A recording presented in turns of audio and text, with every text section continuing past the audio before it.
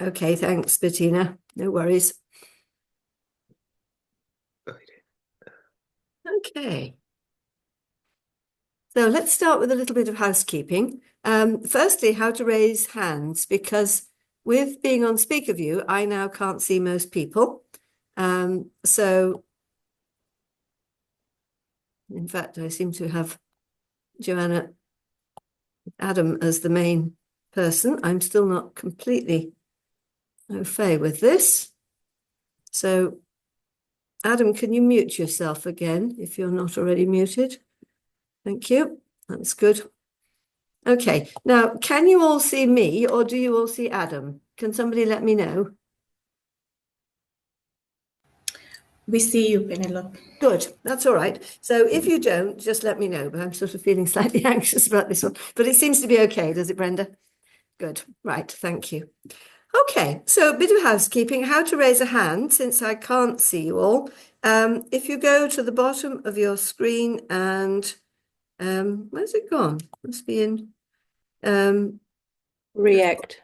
It's React, isn't it? That's it. Yeah. And if you go to React, and you'll find a bar saying raise hand, and that puts your hand up. And then you also have another little bar saying lower hand. So anyone who's unfamiliar with that, please give it a quick go, because that will bump you up to where I can see you on my screen.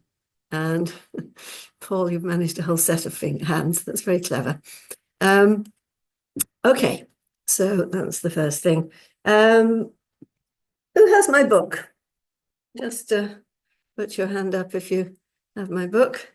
Excellent. Yes, lovely. Thank you.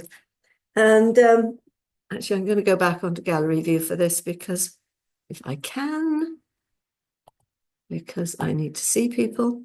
So most of you are Alexander teachers, and are some of you Alexander trainees? Anybody a trainee? Yeah, Kirsten and Agnes and Adam. Splendid, lovely. And who's a pupil? And you wave your hand if you're a pupil. Jan, Christiana, Ben, excellent. And I'm just flipping onto the other screen as well. Lovely, everybody is welcome. So it's good to know. Who hasn't, does anyone here not know my work at all? Just wave if you don't know my work at all. No, good. So everybody has some idea. Okay.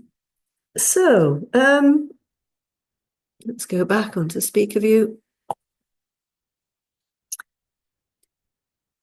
So I'm Penelope, as you've probably gathered, and I'm going to explore this morning how to use hands with gentleness and strength, and also about finding gentleness and strength for your back, because you can't actually have one without the other. So let me tell you a little bit about me. I loved dance as a child, but I was too uncoordinated and awkward in those days to dance professionally. And so I read zoology, and then nearly cracked up over a PhD and discovered Alexander technique just in time. My back seized. And then I took lessons for 3 years with Carrington teachers, mostly Carrington teachers, before training with Misha Magadoff, who was MacDonald lineage. And when I finished, I quickly built a practice. And then after 6 months or so, my use fell apart. I really didn't know how to look after myself. So after a bit of searching around, I went to Miss Goldie. And Miss Goldie, is, I'm sure you know, was one of Alexander's very first trainees.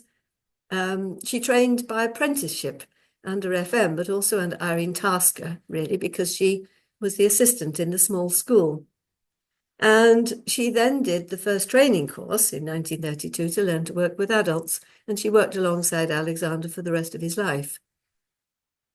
According to one of his pupils, FM's hands were soft as a breeze, yet strong as steel. And that was written by Miss G.R., which actually is a pseudonym. And this book, if you haven't got it, is a wonderful book. It's an account of pupils who had lessons with Alexander. It's accounts of their lessons, the Philosopher's Stone. And that's on page 59 that she tells us about that. Another pupil, Frank Hand, commented on his strong neck, that he said was straight as an arrow. My experience of Goldie's hands also was that they could be soft as a breeze, thank you, Teresa, or strong as steel. So how do we do that? And I also encountered a number of other first-generation teachers who were similar. So in my experience, we tend to go between two extremes. Either our hands are non-doing, soft as a breeze with a very light, feather-light touch. But then I think the danger of that is that they can lose strength. And the danger of that is that they can give no support or confidence to pupils.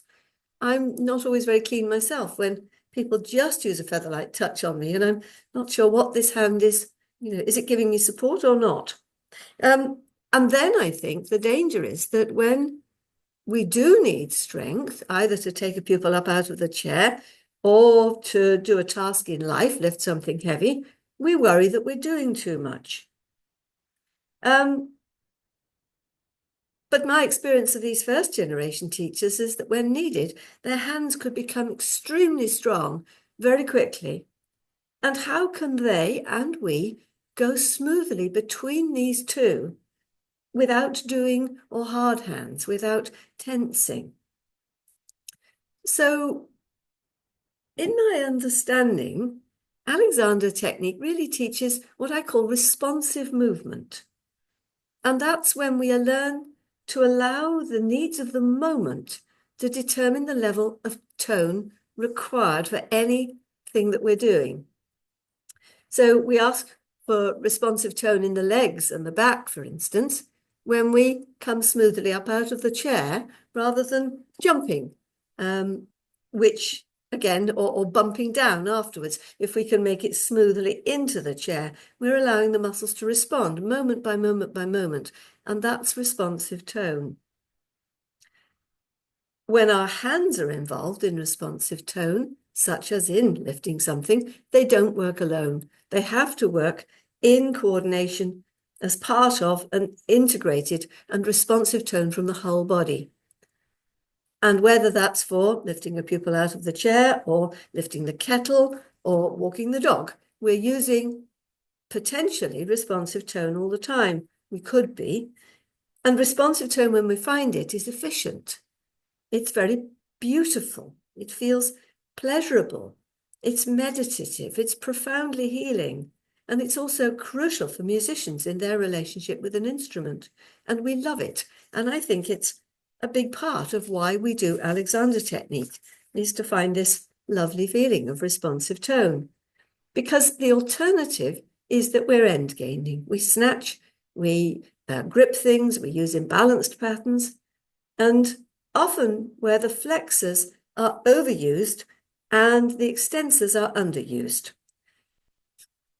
But what really is going on?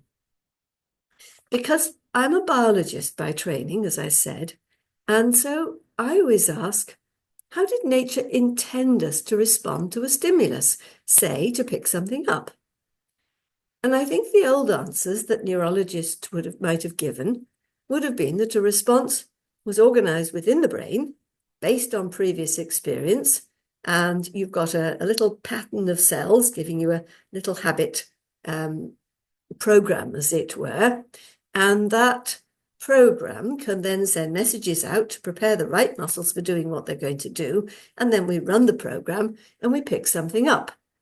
For example, if I'm going to pick up this remote control, this assumes that my brain has a picking up the remote control program that it then runs, and I pick up the remote. It can be set in motion, switched on and off.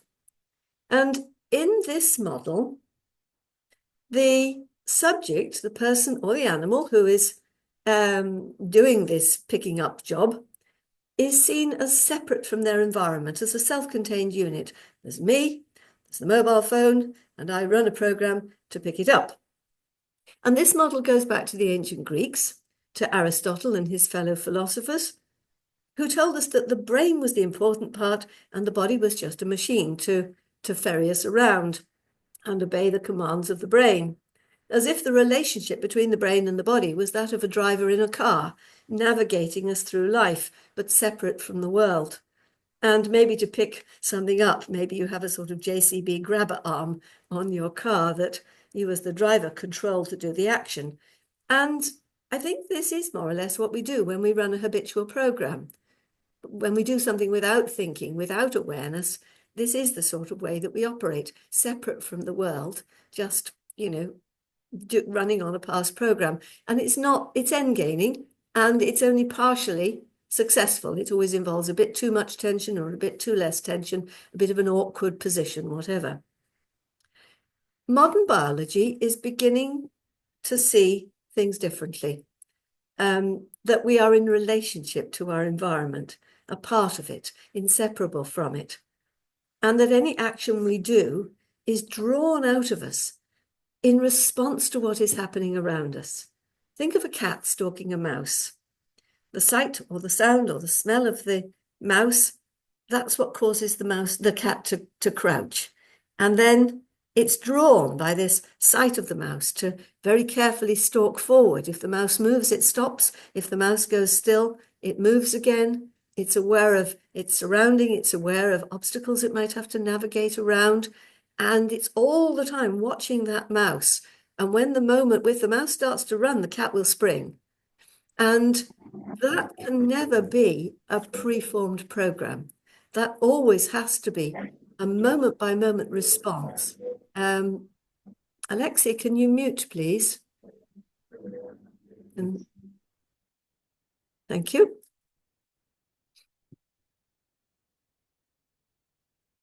So I have no doubt that our ancestors hunting antelope through the forest did much the same, because no two hunts can ever be the same. A preformed program will always be wrong. And any hunt has to be in relationship to the present events. The problem for humans in our modern world is that we can withdraw inside ourselves, as we know, and be led by thoughts and ideas rather than by interaction with the present. So let's play with this. Let's just run a turning your head program. So just turn your head from side to side. You know how to turn your head, just do it. Just do it, and you'll feel it's quite a forceful moment, that muscles here grab to turn your head that way, and muscles here grab to turn your head that way. And it only involves surface muscles, and all the other layers of the neck are just dragged along, and it's actually not very comfortable. So let's instead run this interactive program interactive way. So just look out and just see what's around you. Just see your room.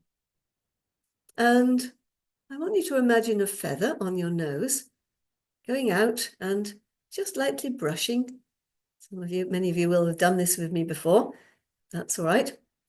And just gently brushing with your feather what you're seeing.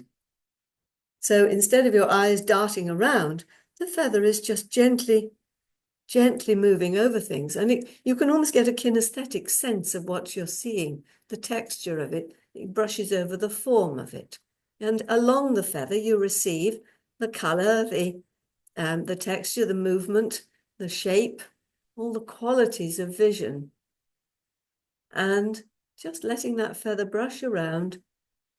It's an extendable feather. It can go further out. It can jump further in again. And just letting yourself come into relationship with your environment, because what you're seeing is at one end of the feather, but actually at the other end of the feather is you. Because so often when we look in a grabbing way, we don't actually experience ourselves as part of the scene. And so to help this, just bring your feather mentally right through to the back of your head where the visual cortex is, just above the occiput. And you might notice that that brings in a bigger sense of space, spatial awareness, as your feather is still tracking through the space. And now notice if you're letting your feather brush across to the left and then gently across to the right. Notice now the different quality with which your head is moving. How is your neck now? You can't even feel it move really, can you? It's just silky. It just adjusts. And every single one of the muscles in your neck, and I've forgotten how many there are, 60, 100, I forget. There's masses of muscles in the neck. There's about 5 layers, depending how you count it. And every single one of those muscles is just being drawn by what's happening into a micro adjustment, so that any moment, all those neck muscles in harmony are balancing your neck and the head on your neck. And this is responsive movement. That movement is drawn out of us by seeing, hearing, whatever, what is going on around us. And every single one of the muscles, and the fascia for that matter as well, is responding to that appropriately. This is being self-organized in the hindbrain. This is a process in which the body can organize itself. And let's take this one step further. Just let yourself be drawn to look down. So the attention leads the eyes, and the eyes lead the head.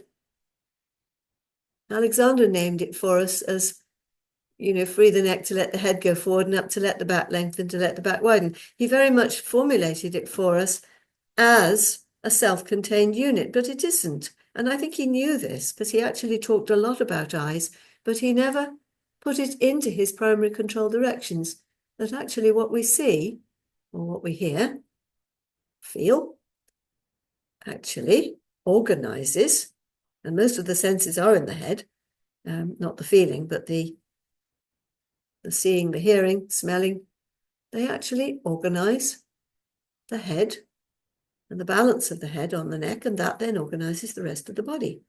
So your head can move very slowly, nodding down on the head, and it can also, if you let your eyes track, it can also go up, and notice that as long as you're led by your eyes, you don't pull your head back.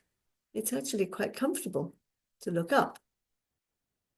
So just track to level again, and then track around so that you are going to come off your chair, but you're going to let your eyes lead you forwards and then lead you up so that you can come easily off your chair. See if you can let your eyes, and don't let yourself be drawn back in to say, what are my hips doing? Just let your whole body be drawn after the eyes. The body will organize it for you. The nervous system will organize it beautifully. And now spot across the room and see something you might want to go and look at, like a child catching sight of a toy. And just let that object, don't lose the spatial awareness as you do this. Keep seeing from the back of the head, but just let yourself be drawn across the room. And notice how you walk. So you're aware of yourself, but you're not feeling into yourself. Again, just see something and let yourself be drawn towards it. Spatial awareness is still there. And just try that a few times and see whether your whole body actually makes a response, organizes the whole of you in response to what is happening. So just be very clear, you're seeing what you're seeing, staying from the back of the head, and then let yourself be drawn towards it like a child going towards a toy. Don't be a very, very careful Alexander teacher here. Let yourself be a little bit alive and drawn by what you're seeing. A friend of mine's child took his first steps because I was holding a biscuit. The motive for walking was very clear. Anyone like to comment on how that is?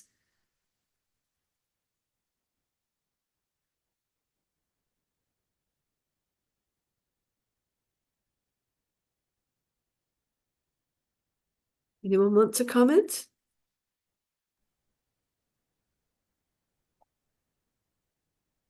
I'm not.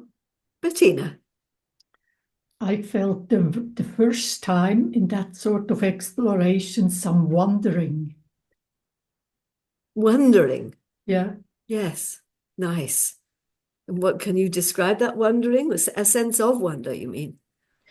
Yeah, it was a sense of wondering and actually seeing something in a new sort of way. Yes, yes, yes. So the expected becomes unexpected. Yeah. Beautiful. Yes, absolutely. You've come into receiving much more than you usually receive. And yes, it heightens everything. Thank you. David. Yes, what was that quote from Alexandra again, and where is it? About the eyes and then the head, neck, and back. Well, Alexander doesn't ever say that the eyes lead the head. He talks Yes, I'm about, aware of that. yes. So what were you quoting just then? Saying that he did. Well, I think there's a number of people who've discovered that actually primary control is really led by the eyes. Oh Frank yeah, Jones discovered it. Peter Grunwald discovered it. I discovered it. I I think discovered it. Yeah, you discovered it yeah, exactly. It's there to be discovered, isn't it? And yeah. it's up there in the small print of our work, as it were.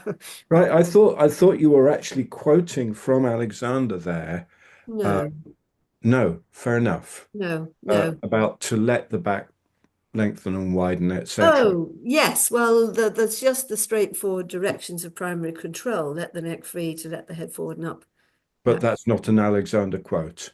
No, it isn't. Right. Ah, right. I won't It's look just for it then. it's just primary control as Yes. it's come down to us. No, no. I mean, I discovered this quite a long time ago. I mean, Yes. uh, um, Don Weed introduced me to a little book called What You Think Is What You Get, and he also Yeah. wrote one. But it's like, yes, but what you think, it's all led by the eyes. Yes. But I like the feather. Mm. That's new to me, and the feather from the back of the head does open peripheral vision. Yes. Yes. Yes, Yes. thank you. It's that's a comes originally from Bates, that one, the feather. Oh, Uh, right. yeah. Yeah, and I think it's from an Australian Bates teacher. But we between us and other teachers, we brought it through to the back of the head. Now, who Mm. else raised hands? Because the screen is not showing me this. So somebody unmute and talk. Why is the I'm going to come off speaker view for a minute so I can actually see who's raised hands. Agnes, going to unmute. Yes, so I agree that the direction of the back of the head really helped, and I don't always remember that. And also the comment about not antagonizing from the world, but being part of the world. I think that's an important part in inhibiting the alarm response. Yes, yes. Yes, absolutely. I mean, my model is it takes us into the right brain rather than the left brain. Yeah, beautiful. Thank you, Agnes. Attila. So for me, it was a really beautiful experience, and I wonder what can we do or how can we support pupils or clients who actually cannot see for any reason. I worked a few people who were dealing with sight problems or things like eyelid apraxia when they cannot open their eyes for a certain amount of time. Mm. And of course, I see this, decrease in the coordination. So do you have any idea, any suggestion I've that? never actually worked with a blind person. I've worked when I work with people who have, say, very limited sight in one eye, where there's just a little bit of light coming in, but nothing else. I say, work as if that eye is seeing. Take in what you are seeing. If you are getting some light, actually take that in. Don't ignore it. And I think it Mhm. is about expanding, because as you say, if we're frightened about, damaging ourselves, we scrunch in. And it's allowing ourselves to expand out and actually receive the information there. Because there's evidence that say people who have been blind for a long time and have really got a balance with it can hear with every part of their bodies. I mean, there's Yes. extraordinary things that I think if we pay full attention, and spatial awareness doesn't need sight. One can keep that spatial sense going even with that. So I think there's probably a lot that one can do. Okay. So play around and let me know what works. I mean, I think it's Okay. Thank you. probably very, very important to partially or blind people. Thank you. Thanks. And Julia. Yes, I just wanted to say, from one of your other courses, I work with students with this and with great success. And it does make a huge difference, and especially when you're thinking of seeing from behind. It just seems to open up as well. And also it seems, my experience here was suddenly I was whole. It was very, very definite. But I have a question too, because I have a student with, in French it's strabisme. It's when one eye is not straight. She's kind of a cockeyed eye. She's not seeing in the same linear. Oh yes, it's a squint, an eye that goes off sideways. Right, yeah. I haven't tried this with her, but that might be interesting. Yes, one of the interesting things about the nose feather that I've certainly benefited from myself, and this is why it's a Bates technique, is that my eyes didn't used to quite coordinate. I mean, not as much as a squint person, but they wouldn't quite land at the same point. And so to be aware of the two eyes landing at the feather tracks where you're looking. And then both eyes need to focus at the same point. And also your nose is also involved, and the nose coordinates the head. So you get the three working together. And again, it's important not to tunnel along it, but to keep the spatial sense. But it really helps to be, because I think my eyes were like that because my mother always rushed. I was brought up to be in a rush. I was always slightly ahead of myself. So one eye was more ahead of the other. And it's like, again, it's a mindful practice. You are looking where you are looking in this moment. So did anyone notice how calming this is, by the way? And I think this is partly why it takes you out of trying to be ahead of yourself and brings you into the moment. But apparently it's the best way of calming the nervous system is to track side to side. So I'd be interested to hear how you get on with your strabismus person. Yes, and whether the eyes can somehow find a way of working with this. Paul, did you want to? Are you just commenting with a thumb? Just a general approval. I felt it was a relaxing, peaceful kind of sensation. Yeah. I actually have strabismus myself, and so this is an interesting area for me. And I've really become conscious recently of the kind of, a big part. It's a bit like the stuff I get from your own book. Remaining present with my own visual experience is really the big part of the struggle for me to actually, use the work or to do the work in anything. And this is kind of, so I'm really fascinated by this stuff. But that's all I was going to say. So. Yes, lovely. And again, you're just being present with what's happening with the eyes rather than trying to make it be what it isn't, what it ought to be. Yeah. That's very interesting. Thank you. So, so I define, as I say, this as responsive action. Oh, senior. Hi. For me, I have a very, very light sensation in my neck, especially. I actually woke up with some sort of pain in my neck. I did something last night that wasn't so smart. So, and it really helped. It really helped.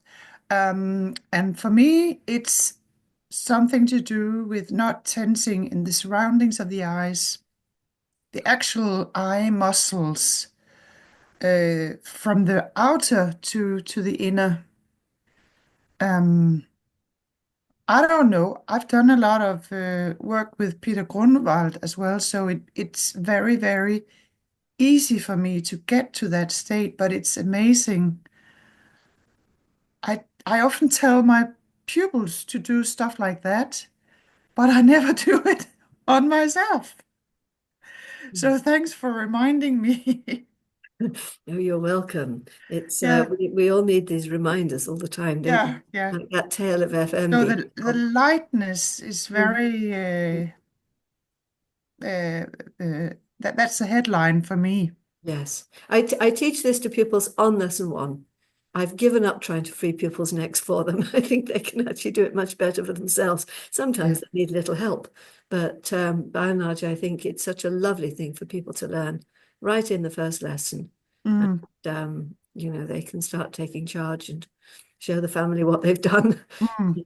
without Well, in my experience, I always need to use visualizing Yeah. to make people free their necks. Then that's a pretty good tool.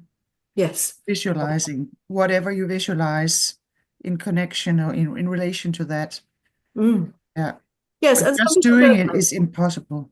just doing it. Some people need to just do it, but the feather visualizing, lots of people love that. Mm. And if somebody doesn't, then you just say, what do you see? I see a juggling ball and my spectacles case and a hair bubble, and you just get them to name it across space. But it's the spatial awareness. And as you say, that then relaxes the whole eye, because Bates is to the eyes what Alexander is to the body. It's the same process.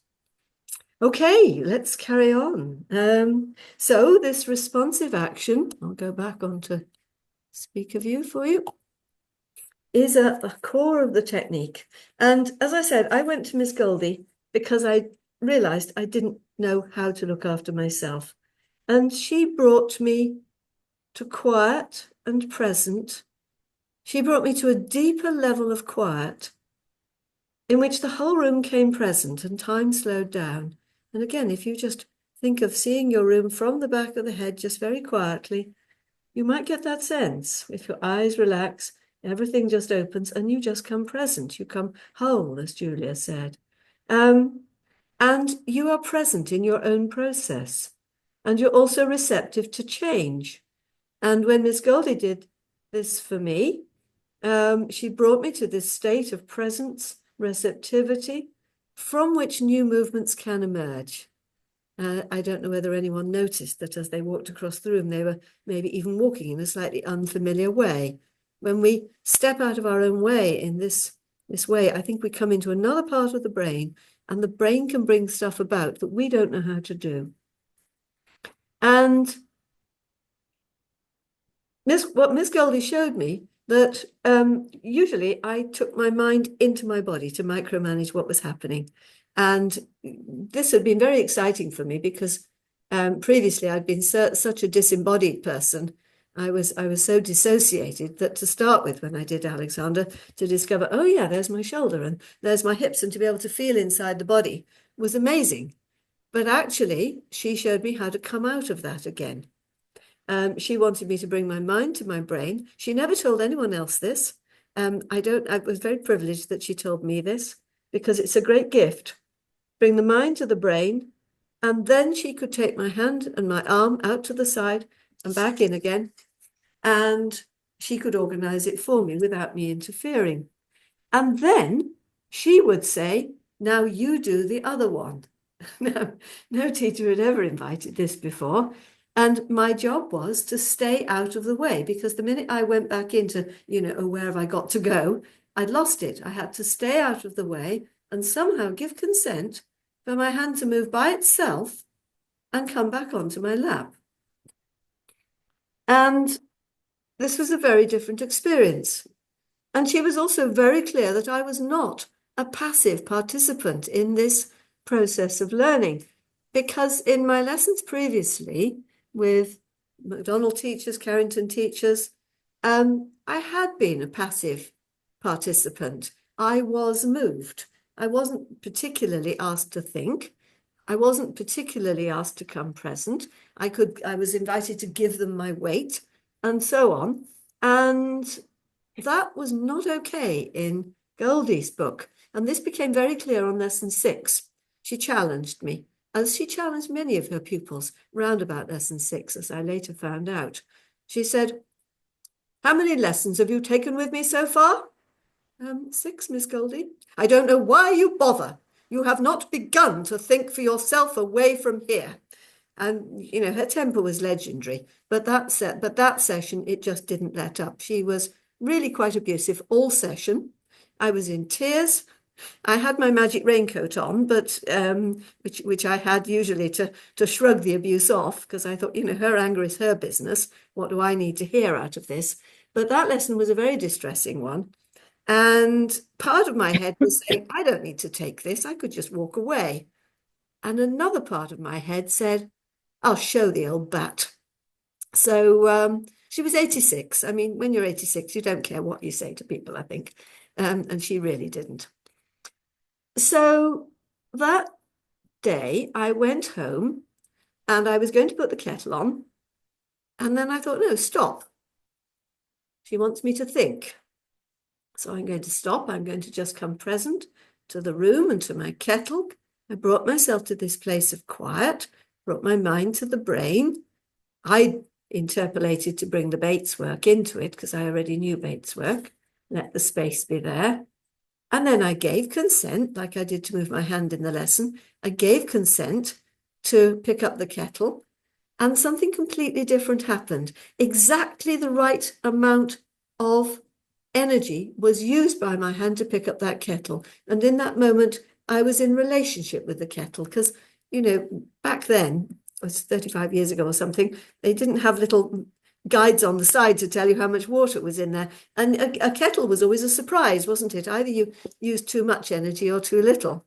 And suddenly in this moment, absolutely the right amount was used. Different muscles came into play. I moved completely differently. And it was very exciting. I went back next week to tell her all about it. She put hand on my head. She already knew that I had begun to think. She never had to challenge me like that again. I was in. She wanted to know people would really do the work. So this process actually turns the whole Alexander technique on its head because it reverses the primary control as a discovery process. So to give you the opposite, the way that my teacher, Misha, would show us how to pick up a phone. And he would say, well, the phone's over there, so you know you're going to pick up the phone. Now forget the phone, come back to you and think your directions of primary control and organize yourselves. And then you go into a lunge. And once you're nicely in that lunge, then you're at the right place and you can pick up your phone. Now, all very nice, all very organized. I've never yet seen a child pick something up like that. It's not actually very biological. So what the point that she made was that we've created that the primary control directions have given us a way of organizing ourselves from which we then move. But she said that's not how Alexander did it. Alexander allowed the movement to be drawn out of him, as you have just done with your head neck, and we rediscover primary control all over again in that movement. If I let my eyes lead in that way, and then I let my body follow, my neck frees, my head goes forward and up, my back lengthens and widens, my knees go away, and we rediscover primary control in every moment. And that was her model of how the technique really worked. David? Yes, primary control is what happens, not what we do. Yeah, absolutely. Thank you for saying it like that. Exactly. And Goldie told me Mr. Alexander would make more discoveries making a cup of tea than most teachers make in their entire lives. Well, that's all very well, but most of us weren't shown how. We weren't shown how to do this discovery process. In fact, I remember asking a senior teacher once when I was visiting training schools early on, because I was already asking, how did Alexander do this? And her answer was, oh, Mr. Alexander was a very special man. We can't do that. And I thought, fudge, you don't know. So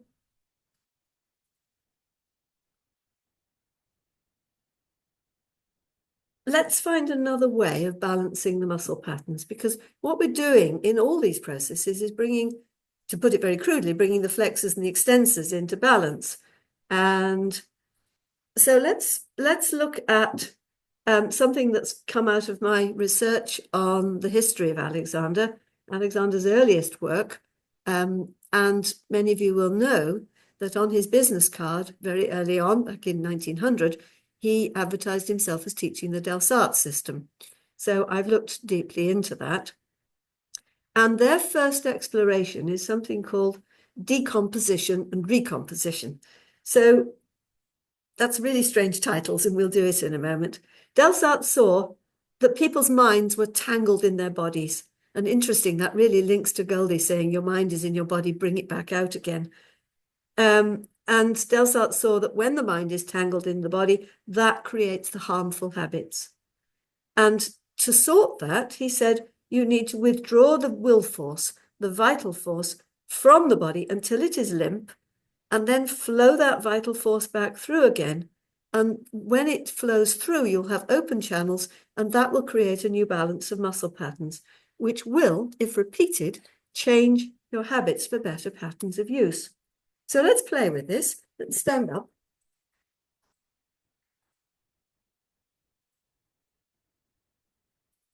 I've got a bit of a cold today, so courtesy of my smallest grandchild. I'm sorry, my voice is a little husky. So what I want you to do is stick your arm out to the side, and to start with, just do letting your hand drop. Just release your hand and then put it up again. Just release it and then lift it up again. And now compare what it's like if instead you think quite clearly about withdrawing your will force out of your fingers. And you might even feel each joint of the finger letting go, so that you even just can let the fingers fold from the knuckles. And if you give them a quick tap, they're actually quite dead in this moment. You've just withdrawn the life force out of them. And then withdraw the life force out back to the wrist. And now withdraw the life force back to the elbow. This is quite specific thinking. The elbow is dead, but the lower arm is now a floppy thing, but the upper arm is still alive. Now withdraw it back to the shoulder. And the arm will fall, and you can even withdraw it deep inside the body. Delsarte called it withdrawing from the circumference back to the centers. Another teacher called it withdrawing back to the base of the brain. Now, if you just swing yourself around, the arm will swing like, remember that bit in Harry Potter where Lockhart takes all the gives Harry a spell, and all the bones come out of his arm, and it just becomes a floppy thing. Well, that's like what your arm is like right now. And he had to regrow his bones, which was a very painful process. So now let's regrow our bones. Let's send the energy, send the vital force back from the heart back to the shoulder, and you'll feel the shoulder come back to life. Flow it back to the elbow. The upper arm comes back to life, but the lower arm is still decomposed. Flow it through to the wrist. Be very specific how far you've gone. Flow it through to the knuckles. And then flow it through joint by joint to the fingers. And let's do it again, just because it's new to a lot of people. Withdraw it back to the knuckles. Just very clear. You're withdrawing that vital force.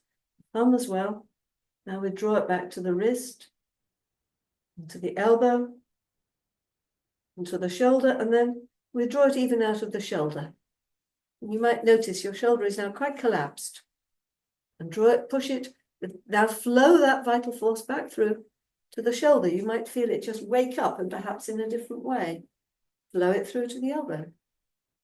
Flow it through to the wrist. Flow it through to the knuckles. Flow it through to the fingertips. And now, just once you've done that, just take your hand for a little play.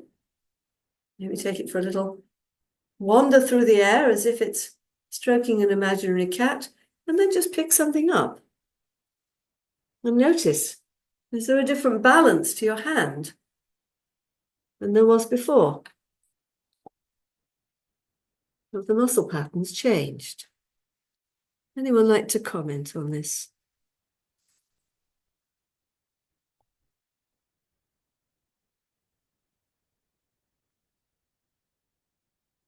Adam, you'll need to unmute. In fact, it was me. Right.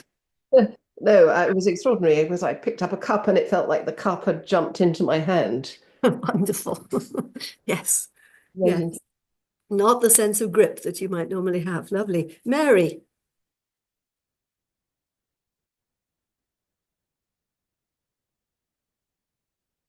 Can you finally unmute? That's it. I think it's much harder in your right hand than it is in your left, or you're doing your. Yes, that's often the case, isn't it? The dominant hand has a lot more dominant muscle patterns. There's more mind in the involved in the dominant hand. Yes, one has. I was okay until I got to the elbow and the upper arm, and then I struggled. Yes, and it's you need to be just very clear. This is about choices. I am taking the willpower out of this, and the arm is saying, no, but I need to control. No, you don't. It's an interesting experience when you can withdraw. Yeah, thank you for sharing that. Agnes.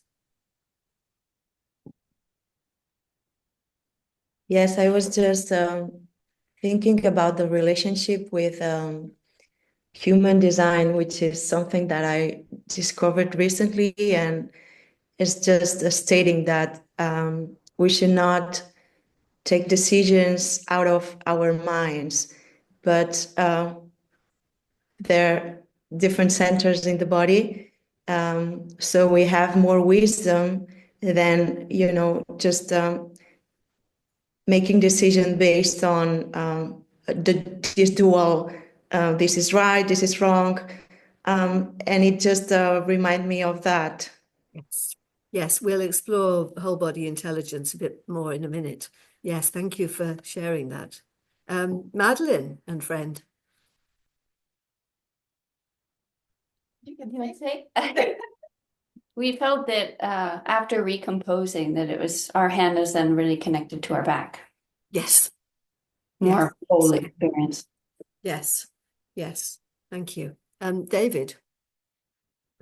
Yes. First of all, the thing about right-handedness, I'm left-handed, and it's still my right hand it doesn't decompose as well as my left.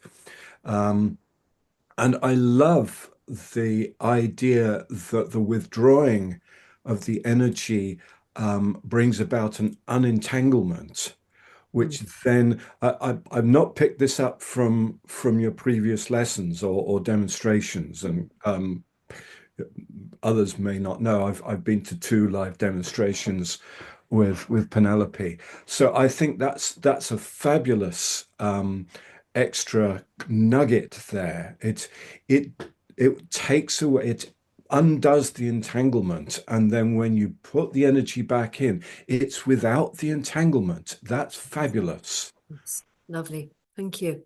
Brilliant. Yes, it must be. I've just used slightly different words. Super. Stein. I never know how to pronounce your name. I know you've told me. My name is Sina. Sina. That's right. Sina, yes. Yeah, thank you. I'm wondering if you have an alternative headline for this exercise, decomposition. That's very hard to translate into my language, and I won't feel comfortable if I was to explain some of my pupils. We're doing a decomposition. What on earth is that? And I'm wondering if it also maybe in English is a bit sort of a heavy. It's a strange phrase. It comes from the French because Delsarte was French. Yeah. So what else could you call it? To decompose is to break down. Yeah. It's a breaking down and then a building up again. Yes. I think that's the sense of it. And that's very helpful. Yeah, and I think it became inhibition and direction, of course. I think it was likely to be the root of that. But yeah. It is a breaking down and an unentangling and then a building up again. Cecile. Hello, everybody. I just wanted to tell you about the experience I had because I had an accident on the weekend and I fell on my head and my elbow, and now I can't lift the arm very well at the moment. It's going better now, but still. And then I did this recomposition thing with my left hand first because this is good, my good arm, and the other one is not working so well. And then I did with the other one, and it's like a resetting because the muscle are in pain. I'm taking some painkillers even, and it's like recreating the right coordination. It's wonderful. So I just wanted to tell everybody that it's working when you had an accident. Well, that's Reset lovely. yourself. It really is. It's a very powerful little exercise, Yes, this, isn't yes, I love it. So And, thank you for that. You know, and again, if Sue isn't here today, but I hope she'll permit me to tell the story when we did the recent Walking with Alexander as introductory session, and she'd had a stroke and she'd lost the use of one of her arm, and Oh, actually doing this exercise brought it back. wow. And it was amazing. She all session. I could see her lifting and picking things up, and at the end, it's still working, and it still is working. And it's just amazing. It allowed her to get through to that part of the brain to switch the connection back on. So it's very powerful work. This. Thank you. Fantastic. Micah, I've lost touch with who's spoken and who hasn't. Yes. Can you unmute, Micah? Yeah, I can. Yeah, what Cecilia just told me made me also working on an accident I had 2 years ago, and it was not only the arm. I just think that I was falling and really landing on my hand, and I was using a lot of tension. So I said, "I'm very smart, Alexander teacher, and I will, I will come into my back, not to hurt my knee." So I succeeded in that. But then somehow I think all the side lost sort of tonus, and since then it's not really back. And I think I will rework on this, not only the shoulder, but coming to all the left side. And what I remarked also is here. So it's really something I will try. Yes, and you can decompose and recompose any part of the body. I mean, in the Delsart system, they do jaws and eyelids and, you know, all sorts of bits. There's pages of exercises of decomposition in some of the Delsartian books. Yeah, it's worth playing with. Now, Adam, is your hand still up to say something else? I'm lost track. Yeah, no. And David, did you want to say something else? And then we'll move on. Yes, the decompose, that has the wrong connotation in English language. Yeah, doesn't it? I think that goes across to other languages. So I was thinking it's actually what we're doing is we're uncomposing. We're not decomposing as in something that's rotting. What we're doing is we're taking away the composition that we put in, and that again undoes the entanglement. And then we can recompose. So recompose is good. And so if we uncompose, that I think is a better connotation. It has no link with decompose. Yes, that's a nice one. Thank you. Okay, let's go back onto speaker view and I will carry on. Miss Goldie told Fiona Robb, if anyone knows her little book about her lessons with Miss Goldie, she told her on her very first lesson, "I don't like the words directing or thinking. I think they've lost their meaning." Mr. Alexander was always searching for simpler words. It is about decisions and energy. So what we have just done is really about decisions and energy, isn't it? So I think that's interesting that she said that he said that. Our bodies are weighty, heavy things. It's energy that mobilizes our weight. This is a point Carrington makes in the little book Thinking Aloud, that book of talks that he gave. And he points to a footnote in Use of the Self, where FM writes, when I use the phrases like "I directed the use," what I'm talking about is the process involved in projecting the messages from the brain to the mechanisms, and he means the mechanisms of movement, and then in conducting the energy necessary to the use of these mechanisms. And I think the danger in the modern technique is we do the first bit, we just let everything go, and then we think we can just send a message, but without doing anything. And it doesn't work. You have to actually energize it. And you don't just send a message to a muscle to contract, you actually have to send energy through to get it to work. And this explains why Goldie hated the word release, because if she put her hands on my shoulder, I would very often just release it.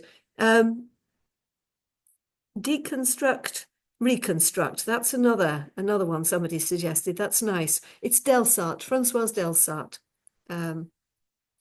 And if you Google him, you'll find all the Delsartians, the American authors as well, who followed on from him. Delsart, D-E-L-S-A-R-T-E, D-E-L-S-A-R-T-E is, yes. So I say she would put her hand on my shoulder and I would promptly let it go, because that always got me brownie points from other teachers. And from her, it got shouting. And so, and she would say to me, you know, that the shoulders are part of the back. What you've just done is collapsed your back. In effect, I was decomposing them. I was letting them become lifeless.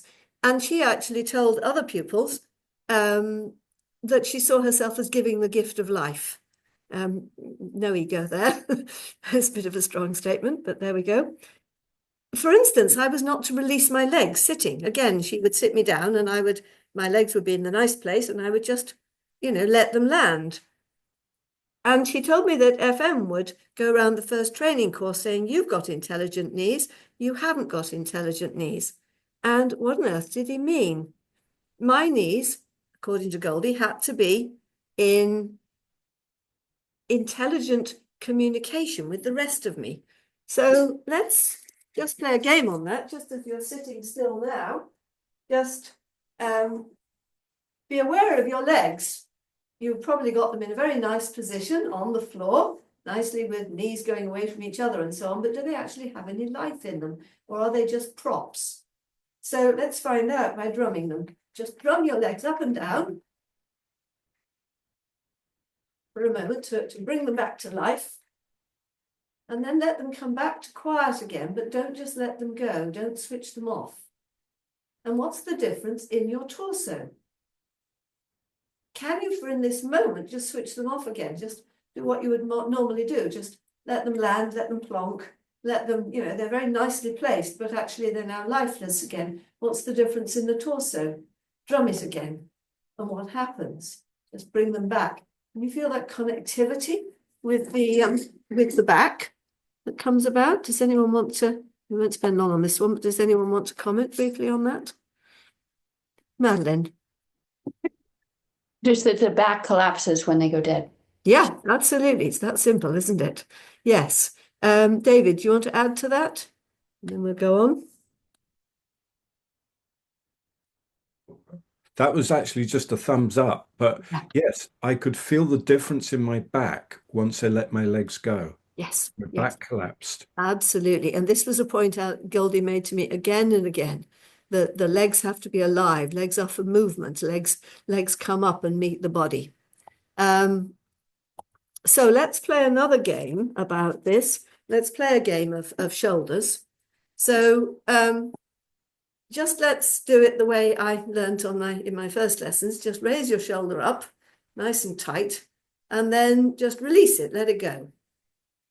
And notice what that's like. Now bring it up again. And this time, I don't want you to release it, but instead think, I can do less with my shoulder. I can do less with my shoulder.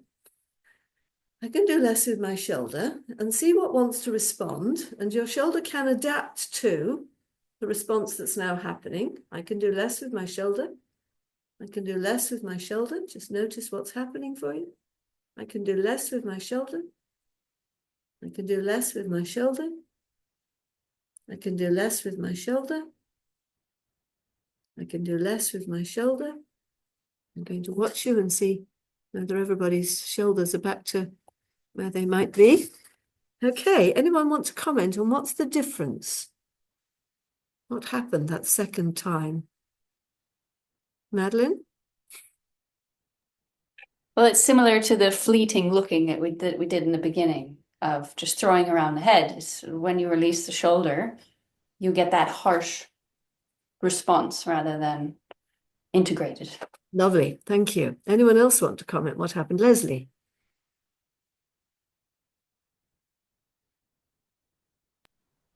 And I could actually breathe. Nice. That was helpful. That's always helpful. Yes. So something opened up across the back, across the rib cage. Super. Yeah, Agnes? Yes, actually, it was surprising how much I could release and still hold my, my shoulder up. So not drop it, but release in that position. Yes, yes. And could you feel other parts, although the shoulder was actually subtly releasing? Yes, of course. Could you feel that other parts of the body were coming into play more? Mm-hmm. So we get a toning down of, I always think of this like one of those sound engineer boards, you know, that they have in pop concerts, and there's somebody turning levers up and down. And so some muscles are being scaled down and some muscles are being scaled up, and the whole thing is being brought back into a dynamic balance. Sina. Yeah, very good. Thank you. I think it made my shoulder act as it is meant to, a link between my neck and my arm. Lovely. It was it became a very, very clear bridge, so to speak. Yes. Yes. Yeah. So we start connecting Very nice the feeling. body. Yeah. Yes. Yes. Beautiful. Thank you. So we think of Alexander lessons as relaxing. Miss Goldie's were not. They were not relaxing at all. Her work was precise, exacting. You were there to work, to think, not to throw away your tone. I had to keep the tone, keep it, and she could hold one in what I now call semi-flexion, what we were calling monkey. For 20 minutes, you'd be more or less shaking, but you were not to let the tone go. It was a real building up. And so a lot of people have talked about the fact that her work was about thinking. Leslie, did I miss asking you something, or did? No, okay. But she saw that I'll just go back and speak of you. She saw that my strong back, as I considered it after my training, was in reality weak and fixed upright. You know, I was very good at doing the McDonald thing of feet apart and upright back and hands on there, but actually it was fixed across the middle of me, and she undid that, and I was back in the slump for the first time in 6 years. And she showed my back up for what it was, and then she rebuilt it from the core, from the inside, using, it seemed to me, a very different biomechanical process, a different biomechanical model, moves that I'd never met from any lineages that I now know were some of Alexander's original procedures.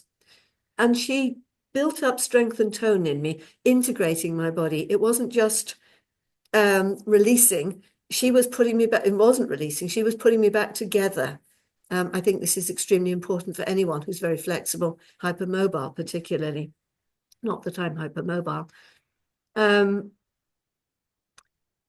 She told me to not release. I was to maintain the tone. And she didn't focus as much on my head. Most teachers work mostly around my head and neck. She hardly went there. She did, but nowhere near as much. Instead, she worked a lot around my torso. And as we've been saying, how it integrated with the legs, so that every part was supported by every other part, which actually absolutely fits with the tensegrity model. Every part of the tensegrity structure is self-supporting and looks after itself so that it's not weighing on the part below. She didn't lie me down except once with a specific goal. She wanted, again, to show me how my legs connected to my back and how I threw the tone of the legs away and let them drag on the back. Otherwise, we did coming on toes, tilting backwards and forwards in the chair, lots of that, lifting the body to move, stepping to the side, lots of semiflexion. And she wasn't afraid of doing too much. At times, her hands could be very strong indeed. In fact, she didn't really even notice particularly where her fingers were going. I think it was MacDonald whose finger actually really did go up my nostril. And sometimes the fingers would sort of land in quite uncomfortable places. And you think, but they were just, they were sending you. So it didn't hurt.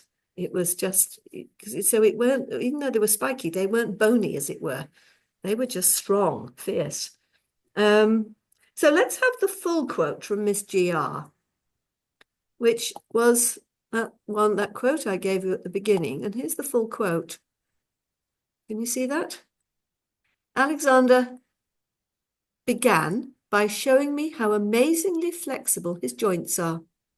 Each separate part of his fingers seems to be coming out of its joint, and his hand seems to be coming out of the wrist joint, and his forearm out of the elbow joint. Such suppleness, like elastic. How I envy him, his supple joints.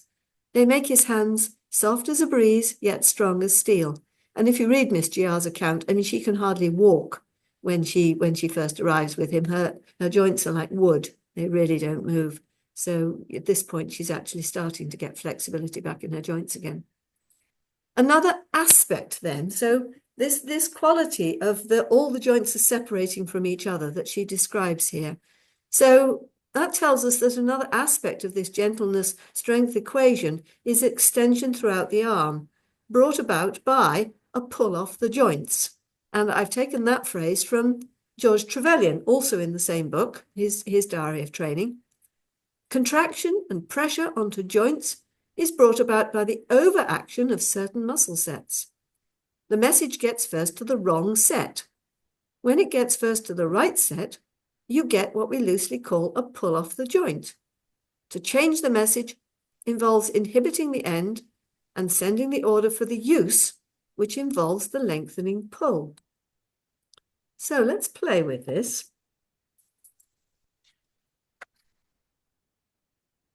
How do we get a pull off the joints of the hand and the arm? So while you're seated, so this is my way. A moment ago, we worked in Delsart from the center of the body out, because he always saw nature as unfolding like a flower. I'm going to actually work it the other way around at this point. And I'll just come where I hope you can see me. Can you see my thighs? Yeah, good. I can't see myself. It's very strange. So have your hand on your thigh with your fingers pointing down towards your knees. Just do one hand at a time, probably. It'll be easier. Now, find your spatial awareness again. Just come back to that relationship with the room. Bringing in your nose feather, perhaps. Seeing from the back of the head. Being aware of the space of the room. The room might snap into three-dimensional. Might become more three-dimensional for you. And you are part of the room. And so you're also aware of how far away your hand is from your head. So I'm aware of how far away I am from the chair in the corner there, but I'm also aware of how far away my mind and the brain is from my hand. Now, from that spatially aware state, I'm going to send a message, just a message to start with, from my brain to my hand to say that the fingers can lengthen away. But I'm not going to do anything yet. I'm just going to see that the message is there. You might feel your hand become more alive, more aware. And now energize it. Send some energy through your arm, just like we did with the Delsart, so that the fingertips, just the fingertips are energized to the point where the fingertips stretch away from the knuckle, and then the next knuckle, and then the knuckles, and the fingertips lift off the leg. But the palm of the hand, the knuckles, are still on the leg. I can energize my thumb as well, sending it right the way through. I'm not just doing it from the thumb, because that would be taking my mind down there. I'm staying up here and sending it all the way through the arm. Sending that energy through the arm, into my thumb, into my fingertips. And it's the fingertips particularly we're after. Now again, just keep that going. Keep those fingertips sending away, sending away, sending away, sending away, until the palm now lengthens away, away from the wrist. And now keep sending away so that the wrist follows, away from the elbow. And so we start getting this lengthening pull off each of the joints. And now the elbow is sending away, away from the shoulder. Now come back to your fingertips as the leader of this. The fingertips are leading. Now I'm going to stroke an imaginary cat in the air. Imagine there's a cat and you're just feeling that cat fur, that beautiful soft cat fur. If you don't like cats, choose something else, or a line, or tracing a spider's web or a silk thread, whatever you fancy. And just let your fingers lead, and you might get the sense that your fingertips are like the engine on a train with a set of coaches, that the fingertips are the engine, and then the palm of the hand is the first coach, and then here's the connector to the next coach at the wrist, and then the lower arm is the next coach, and the upper arm is the next coach, and these are the articulations between the coaches. And as the fingers go away, so all these little coaches have to just follow along the track, because the alternative is that my shoulders, my arm might start leading, or my wrist starts leading. Can you see that's a very different quality than if the fingertips lead and we get this lengthening pull of all the joints of the arm. And just bring your fingers back onto your lap and just being aware of the sensitivity in them.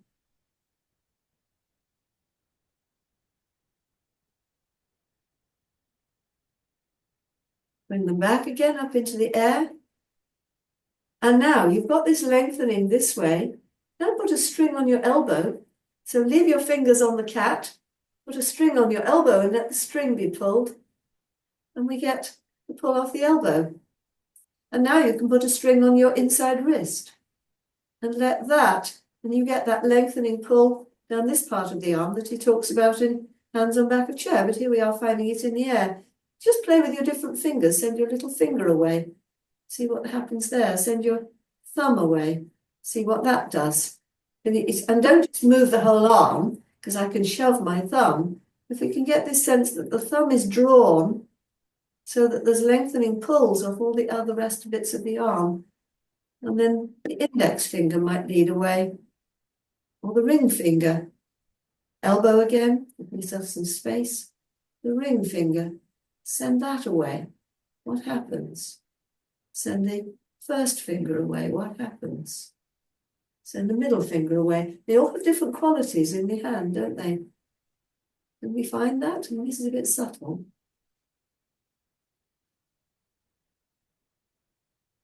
Look at an image of FM's hand as he works.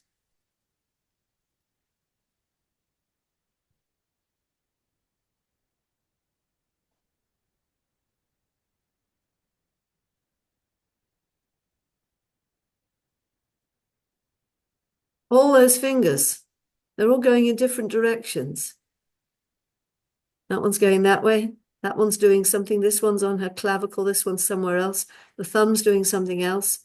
And yet his hand is lengthening away from those fingers. The elbow is lengthening away from that. The space between him and his pupil. Anyone like to comment on this?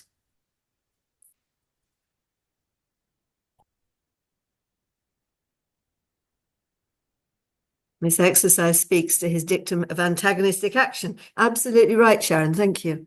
David. Again, this is a new aspect to me. The leading with the fingertips, various parts, elbows. Obviously, the hands on back of chair for those who are teachers or pupils. The leading from the wrist is familiar, but the rest is not. But you can see it in that picture. It's like every finger is somewhere, it's doing something, it has an intention. And you can see from his torso, neck, and head, it's that looks like Delsarte to me. Yeah, he got a lot from Delsarte, I think. Yeah, but he also made it his own. I mean, he didn't just, as we've been saying. Yeah, thank you. Anyone else want to comment on what this was like? Could you find these lengthening pulls of the arm? I mean, it's both the same as the decomposition or deconstruction, I think is a much better word, and reconstruction. Aziza.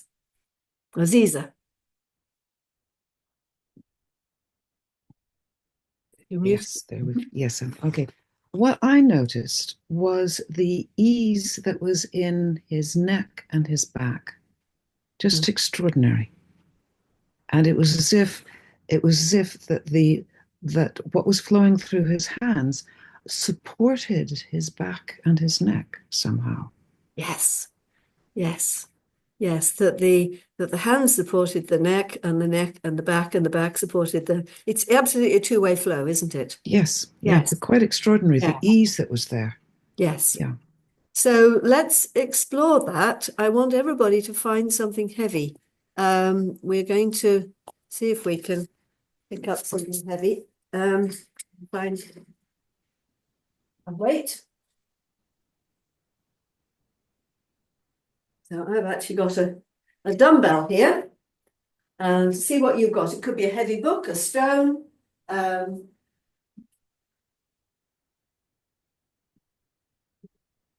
anything that's heavy, a water jug.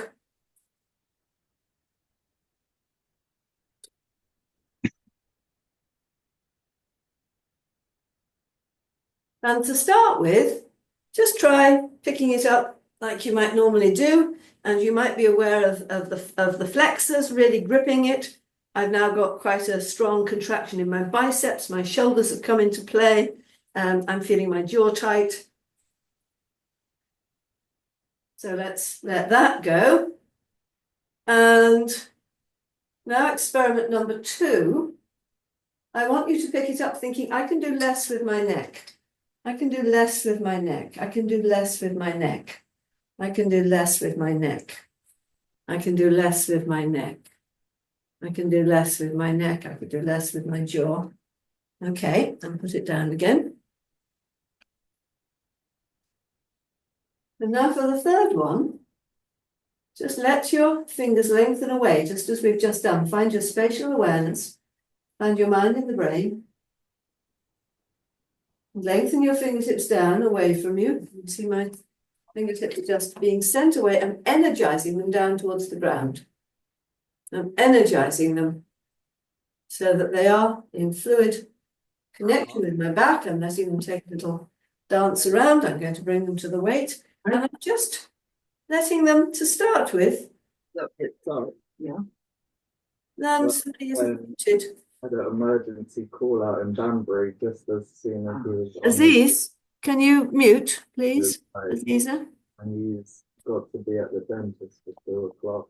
There was like the cat later after. Right, okay. So, yes, so you've got your fingers lengthening in this lengthening way we've just found, lengthening through the air. And if they land, again, just let them say hello to start with. They're just behaving as if they've never encountered this object before. I'm aware of the texture of it, the temperature of it, the angles of it. And I'm just going to let my hand explore it for a minute, even do some unexpected things. Maybe the back of it can say hello to it. And my whole body is just following along behind. It's just allowing itself to organize itself into a very nice bend, actually. It's just doing it for me.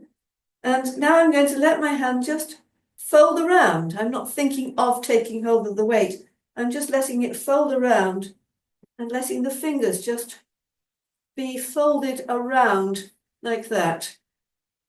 In a very simple way, whatever your weight is, find a way of just letting your hand fold around it. And now if you think about lifting it up, there's no power there at the moment because I'm in this gentle mode.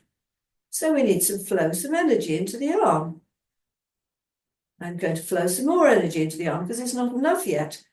And actually, I've become aware I need to flow energy into the whole of my body. So I'm going to flow it down my torso, right down to my feet. And I'm also going to flow it, Shalkara, up through my neck. I'm going to flow that energy right the way down and right the way up to my neck and right the way to the top of my head and right the way along my arm. And suddenly up comes the weight. And just gently down again.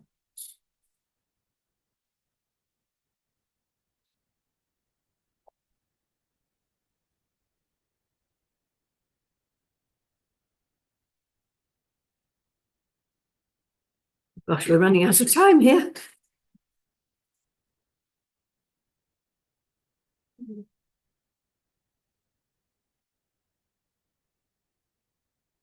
So, quick response. Who'd like to say something? Could you? Leslie. My description of it is that it's an alive weight as opposed to a dead weight. Yes, thank you. Just very, Yeah. yes. Nice, Agnes. Yes, it just reminded me of putting the hands on the back of the chair and then finally lifting the chair. Yes, yes. So you can feel how it's the energy has to go through the whole body, doesn't it? Everything has to be linked up, and then it just flows with us. Lovely. Okay, so I spent 30 years. Effortless action, says Nikki. After 6 hours of body work today, very welcome ease coming through. Nice. Lovely. And so I spent 30 years exploring why Goldie's work was so different to other teachers that I had encountered. And it took me to many different teachers and also different disciplines. From Erica Whitaker, that's who I learned to use the eyes and the attention to lead us into responsive movement as we did today. I first explored FM's early breathing work with John Hunter to find out how breathing is a responsive activity that the body does for itself. Much later, I worked with Jean de Masuero, who had been exploring the pulls that FM mentioned occasionally and the alignment or the whole body organization seen in his photos. And it was Jando who put me on to exploring the Delsartian work. And from these, I linked the work to tensegrity, to Myers and myofascial trains. And I worked with Philip Shepherd and the deep embodiment that brings in the whole body intelligence that linked back to Goldie's work again. And more recently, with my historical researches, I found very similar directions and qualities in the writings of other first-generation teachers as well. And for those of you who know my book, it's 200 explorations, which are all self-help procedures, such as the ones we've done today, where you really can, because I noticed that more and more teachers need to know how to work on themselves in much greater depth than I think most of us were given in our trainings. And pupils, I think, also want to learn more about how to do it for themselves. And they also want help with their fitness work. And our target market, which is mostly the over 50s, are all being told they need to strengthen. So I think we're missing out if we don't help them do that. So let me summarize what we've done today. Responsive action is the core of the technique. Thank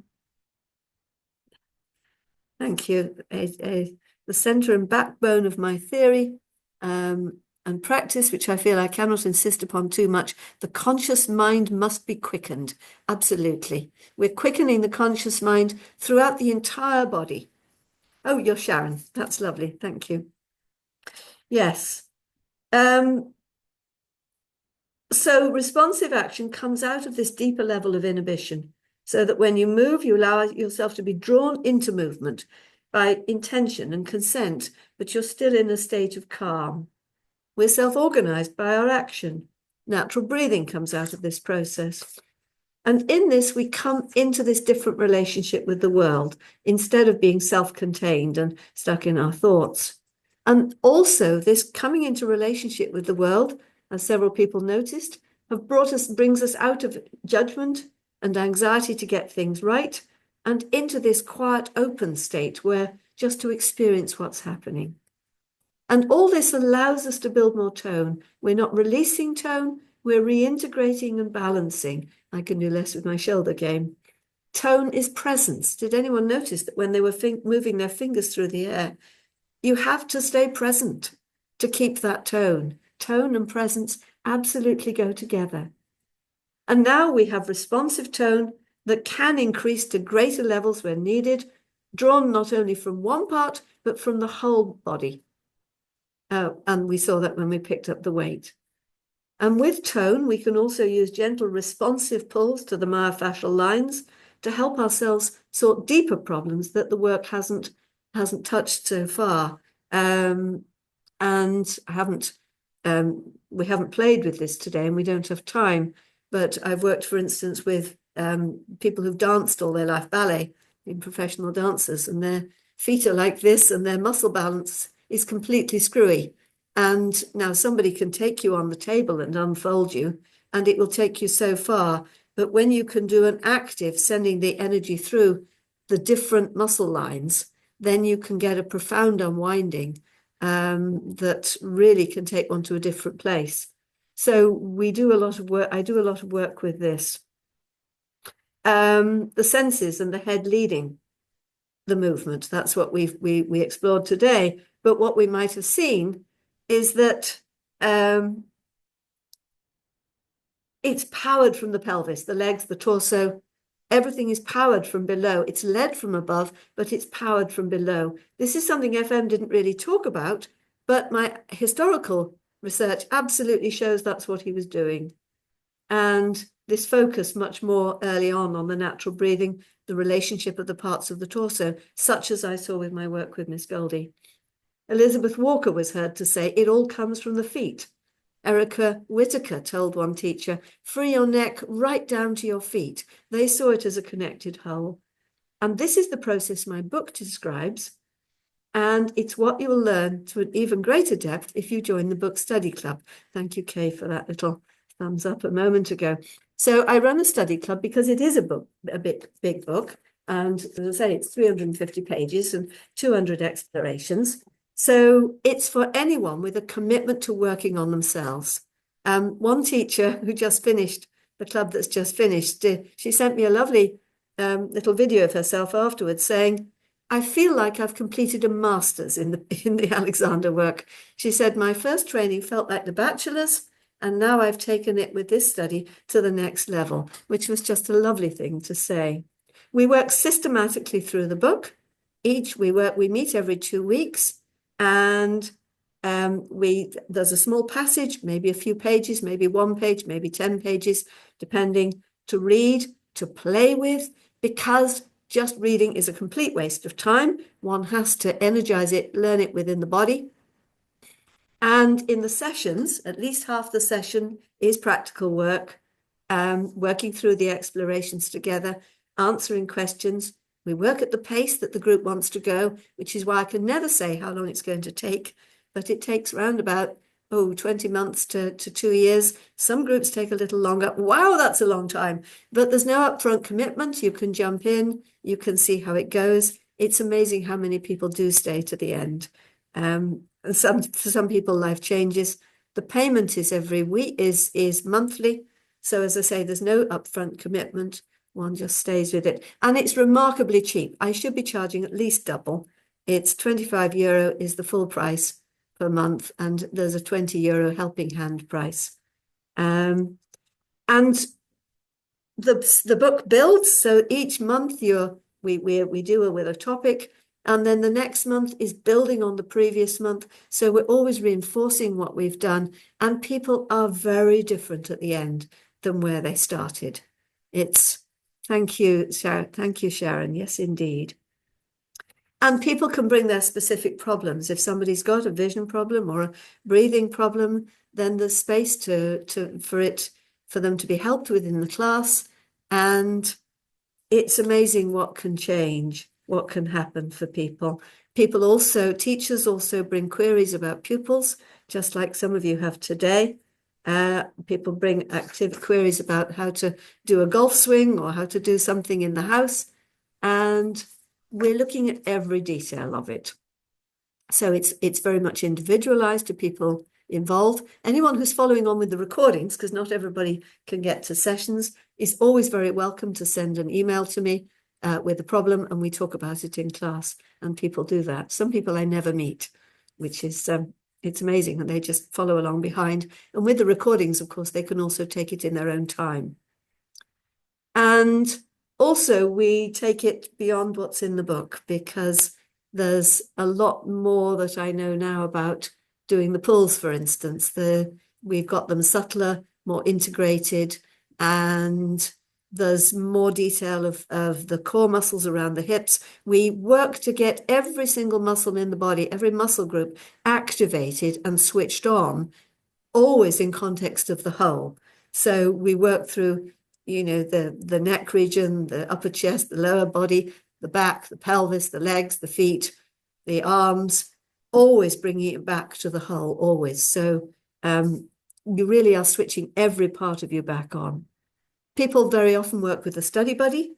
And so in between, they get together with their study buddy and they go through the material together. This is great for teachers because they can actually practice this sometimes unfamiliar way of doing things. We talk about vestibular stuff within the book study club. I don't have time, Jenny, for going into that now, but do email me about it and we can have a discussion on email. Yes, please, Agnes. But ask people to email me and I'll send it out to them. I'm very happy for this recording to go out. When you're working with your study buddy, you're almost certainly working online. And even if you never intend to work online with paying pupils, and as Kay says, study buddies are very helpful and become new friends.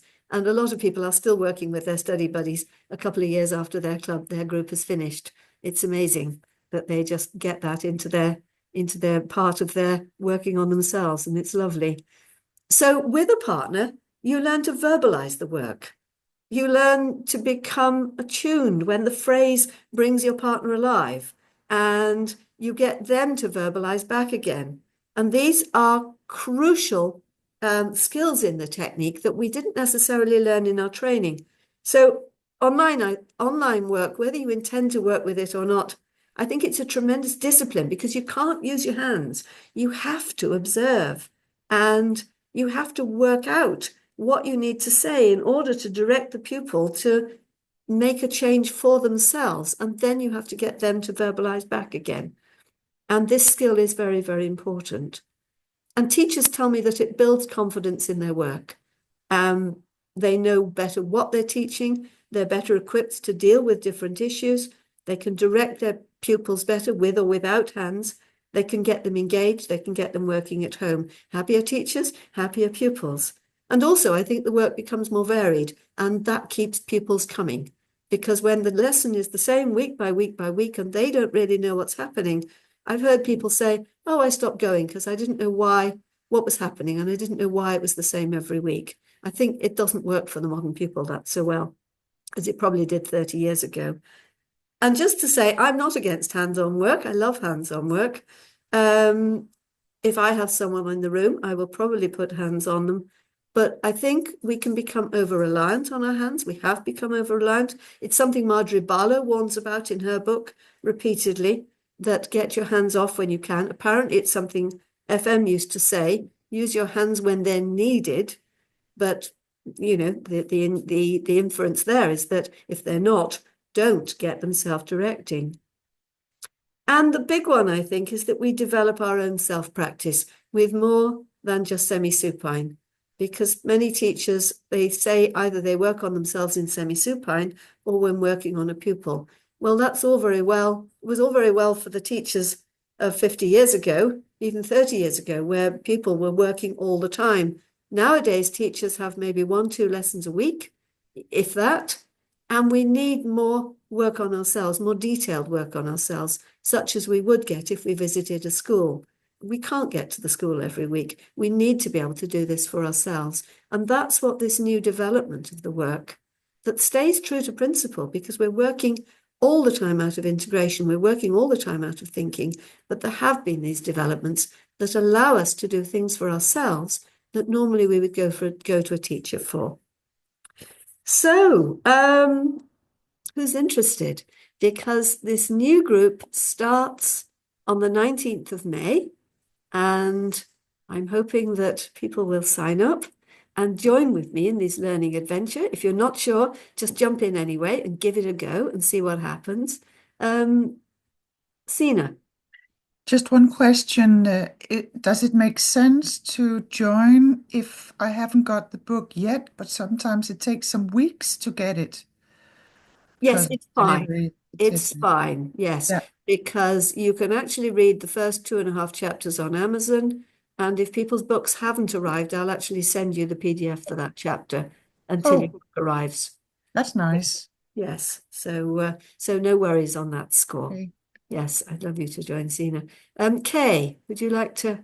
Sorry, you've lost my face, but I just wanted to promote the book and the book club to anybody who hasn't experienced Penelope's work before, because she's the most amazing teacher, as you've experienced today. And I have improved my practice 100%. I qualified in 2010, and I've learned so much from you, Penelope. And I just want to thank you very much. Thank you, Kay. Thank you. Now, there was another hand up there. Who was it? Anyone else want to ask questions about this? As I say, everybody is welcome to join, pupils as well. If you have a commitment to working on yourself, and with pupils, sometimes we put them working pupil with pupil. Sometimes teachers want to take a practice pupil, because again, it's very nice to take a practice pupil. Christina. And then Julia. Yeah, there it is. I'm not a teacher, and I don't know how to put hands on. I don't know, I actually only work on myself. But I was wondering if joining this book club, if that could help me becoming a teacher. Yes, it's not a training. I want to say that very clearly, but it will give you a lot better basis of yourself, so that if you then do join a training school, you will have a knowledge of self-work that will set you up better to train. So yes, that can be very much a useful way to go. Yeah. Thank you. Julia. Does a study book club go through the summer? We missed the first 2 weeks in the summer because the Dublin Congress. I always miss the first 2 weeks in August anyway. Oh, right. Okay. Yeah. But this year, it's there's 4 weeks we take off, the 2 weeks at the beginning of August, and then the 2 weeks at Christmas, New Year. Okay. And otherwise, we keep going through the year, and that means that there are 24 meetings through the year and 12 payments, so that works. Okay, great. Thank you. And of course, if you're away for anyone, you can always catch up on the recording. Every session is recorded. Everybody who's participant gets the recording every time, so that you don't have to ask for the recording. It's always just there. Aziza. Sorry, I must have missed it, but how do we sign up? When this session finishes, I will send you the link to this recording so you can watch it again should you wish, but I will also send you the link to the landing page, which is where you sign up. And thank you. Super. Oh, I'd love you to come on board, Aziza. Anyone else like to ask questions? And of course, for those doing the history course at the moment, that will finish at the end of July, so there won't be very much overlap. So it won't be too much extra work. And the book study club has homework. The history club doesn't really, does it? So, okay, thank you. Any more questions before we finish? Hi. Maya, hello. Nice to see you. And you. I've got a little bit of a cold as well, but I just wanted to ask you, maybe this information is out there anyway, but do you send only from the UK, or is there like thinking about the postage of the book? Yes, for the book, it's you can either get it through the publisher, and I can put the links in the email that I send out afterwards. But also, actually, Amazon is often quicker for people on the continent. Now Brexit is done. Even the publisher said, "I'm sorry to say this, but Amazon is quicker for people on the continent." If there's any problem getting the book, get in touch with me and I'll put you in touch with the publisher, because some countries it's difficult to get into. But I don't think you're in Finland, aren't you, Maya? Yeah. So I don't think there's a problem there. Good. So, yeah. I just thought that sometimes from the UK it's quite slow. Yes, but absolutely. Information. That's why I get it from Amazon, because much as one hates to say that, but they do a good service. Thank you. Anyone else like to ask a question before we finish? Well, thank you, everybody. I'm sorry we've overrun slightly, but there were lots and lots of questions and comments, which was just lovely. So thank you all for your great participation today. And any issues signing up or any more questions, just send me an email. And I do hope I'll see you online soon. Thank you very much, everybody. Thank you, Penelope. Thank you. Yeah, thanks. Thank you.